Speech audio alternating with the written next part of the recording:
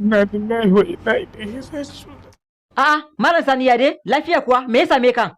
Wallahi wanga ko Fir'auna bai kai ta rashin tausayi ba. To me faru ne? Ta cuta ma rayuwata, ta cuta ma iyana, ta kuma cuta ma iyali. Wai to me faru ne? Ni fa ban fahimce ka ba. Ba wata babbar matsala ba ce. Ba wata babban matsala ba ce, kuma shine yake kuka? To ko dai typhoid ne yake damun sa? Kanjamau fa aka ce. Iye? Kanjamau? Kuma wai da gaske kanjamau ne da shi? Haka dai likita ya ce. Lallai kam. Amma garin yaya haka ta faru? Babban kuskuren da Malam Sani ya shine yin aure ba tare da gwaji ba. Tabɗi. Lallai kuwa kana ruwa. Don Allah a ɗauke ni a ranar nan a kai ni ɗaki mai inuwa. To aya inuwa kake ai? To wai ma kai ya aka yi kabari haka ta faru? Wallahi kaddara tsautsayi. Tsautsayi rabon ayi. Lallai kam kana cikin tashin hankali.